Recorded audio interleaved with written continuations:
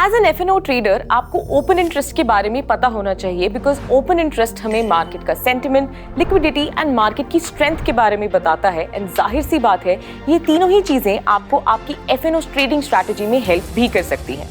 और तो और ओपन इंटरेस्ट को वॉल्यूम्स के साथ इजीली कंफ्यूज किया जा सकता है, लेकिन ये दोनों अलग चीजें हैं एंड मार्केट में अलग चीजों के बारे में बताती हैं। So let's understand what is open interest, how is it different from volumes. Hello everyone, I'm Asta Khurana and welcome to Zerodha Varsity Videos.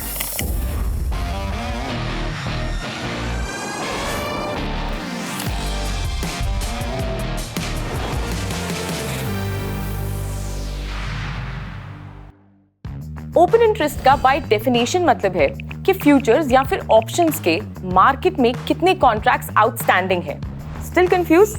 Let me explain you with the help of an example. मान लेते हैं कि dance party है and dance floor पे only couples can dance. तो इसका मतलब we need a girl and a boy and a dance floor to dance on. फिर हम ये कहते हैं that one girl and boy make one couple. तो अब इस एग्जाम्पल को हम स्टॉक मार्केट से रिप्लेस करते हैं, जहां डांस फ्लोर हो गया हमारी stock market, buyer and seller हो गए गर्ल एंड बॉय एंड एक कपल हो गया एक कॉन्ट्रैक्ट। जैसे कपल डांस के लिए we need a girl and a boy, वैसे ही एक कॉन्ट्रैक्ट बनाने के लिए we need a buyer and a seller. अगर एक बायर एक सेलर है तो contract is 1 and open interest is 1। लेकिन अगर डांस फ्लोर पर 5 कपल्स हैं, इसका मतलब हमारे पास 5 कॉन्ट्रैक्ट्स हैं, इसका मतलब ओपन इंटरेस्ट इज 5। अब दोबारा इस एग्जाम्पल को थोड़ा और आगे लेकर जाते हैं। Girl is tired dancing and she walks off the dance floor. तो उसे अनदर गर्ल रिप्लेस कर देती है, लेकिन अभी भी डांस फ्लोर पर कपल एक ही है।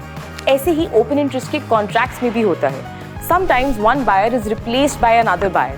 इसका मतलब ये नहीं कि ओपन इंटरेस्ट इंक्रीज हो गया है, यहाँ पर सिर्फ एक ट्रांसफर होता है जिसकी वजह से ओपन कॉन्ट्रैक्ट्स उतने ही रहते हैं, जिसका मतलब ओपन इंटरेस्ट भी सेम रहता है, बस चेंज होती है तो वॉल्यूम। अब अगर हम डेफिनेशन को दोबारा समझें, इसका मतलब है कि जितने ज्यादा बायर्स एंड सेलर्स मतलब उतने ज्यादा कॉन्ट्रैक्ट्स एंड इसका मतलब उतना ही ज्यादा ओपन इंटरेस्ट। अगर मार्केट में कॉन्ट्रैक्ट्स ज्यादा होंगे मतलब ओपन इंटरेस्ट ज्यादा होगा, तो ये एक बुलिश सेंटिमेंट है।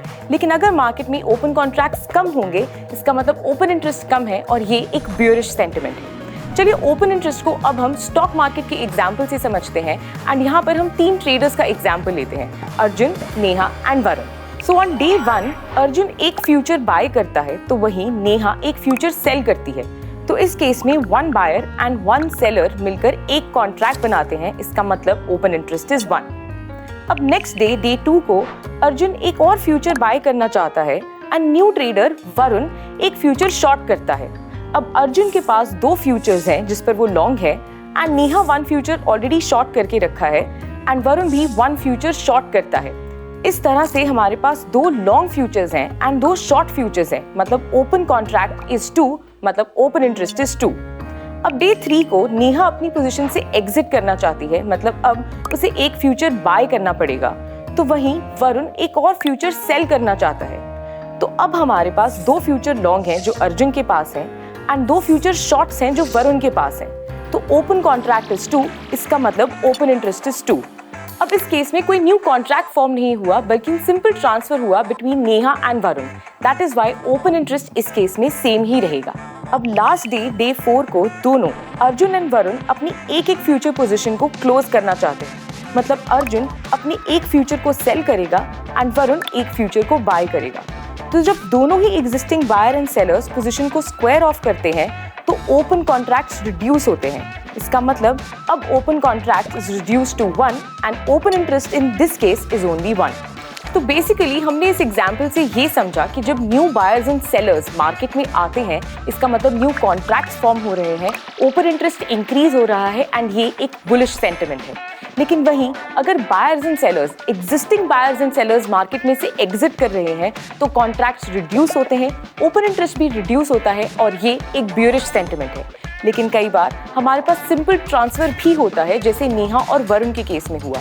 ऐसे में वॉल्यूम्स चेंज होती हैं लेकिन ओपन इंटरेस्ट सेम रहता है।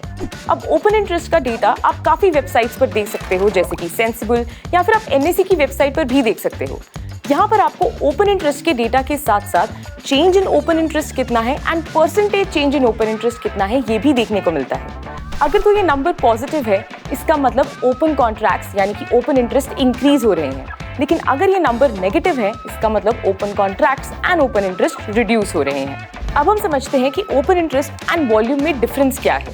जहां ओपन इंटरेस्ट हमें ये बताता है कि ओपन कॉन्ट्रैक्ट्स कितने हैं, वहीं वॉल्यूम्स हमें ये बताती हैं कि एक दिन में कितने ट्रेड्स एग्जीक्यूट हुए। All open interest have volumes in them, but all volumes do not have open interest. इसका मतलब ये है कि जब न्यू बायर्स एंड सेलर्स आते हैं तो नए कॉन्ट्रैक्ट फॉर्म होता है एंड ओपन इंटरेस्ट बढ़ता है एंड साथ ही वॉल्यूम भी बढ़ती है। लेकिन जब सिर्फ ट्रांसफर हो रहा है between one party to another, उस केस में ओपन इंटरेस्ट सेम रहता है, चेंज होती है तो सिर्फ वॉल्यूम। एंड ये हमने नेहा एंड वरुण की एग्जाम्पल से क्लियरली समझा। इससे हमें ये पता चलता है कि ओपन इंटरेस्ट एंड वॉल्यूम्स दोनों का ही डेटा डेली बेसिस पर चेंज होता है, लेकिन आज की वॉल्यूम्स का आने वाली कल की वॉल्यूम पर कोई असर नहीं पड़ता, लेकिन ओपन इंटरेस्ट के केस में ऐसा नहीं होता। लास्टली, अगर हम ओपन इंटरेस्ट एंड वॉल्यूम्स के नंबर को आइसोलेशन में स्टडी करें, फॉर एग्जाम्पल रिलायंस की वॉल्यूम्स आज के दिन में रही 10 लाख एंड उनकी ओपन इंटरेस्ट थे समवेयर अराउंड 5 लाख, तो ये दोनों ही यूजलेस नंबर्स हैं। हमें ओपन इंटरेस्ट एंड वॉल्यूम को हमेशा प्राइस के साथ स्टडी करना चाहिए, क्योंकि ये हमें ऑप्शन ट्रेडिंग स्ट्रैटेजीज में हेल्प करता है एंड इसे हम अपनी नेक्स्ट वीडियो में डिस्कस करेंगे, सो स्टे ट्यून्ड। तो इस वीडियो को कंक्लूड करते हैं एंड समझते हैं कि हमने इस वीडियो से क्या सीखा। इस वीडियो में हमने ये समझा कि ओपन इंटरेस्ट का मतलब ये होता है कि ओपन कॉन्ट्रैक्ट्स कितने हैं और एक बायर और एक सेलर मिलकर एक कॉन्ट्रैक्ट बनाते हैं। लेकिन ओपन इंटरेस्ट वॉल्यूम से अलग है, बिकॉज वॉल्यूम्स हमें ये बताती हैं कि एक दिन में ट्रेड्स कितने एग्जीक्यूट हुए। ये दोनों ही नंबर्स को आइसोलेशन में नहीं देखना चाहिए, इन्हें हम प्राइस के साथ देखेंगे एंड समझेंगे कि ऑप्शन ट्रेडिंग स्ट्रैटेजीज कैसे बना सकते हैं। आई होप आपको ये वीडियो अच्छा लगा होगा। अगर आपको कोई भी डाउट है आप नीचे कमेंट सेक्शन में पूछ सकते हैं।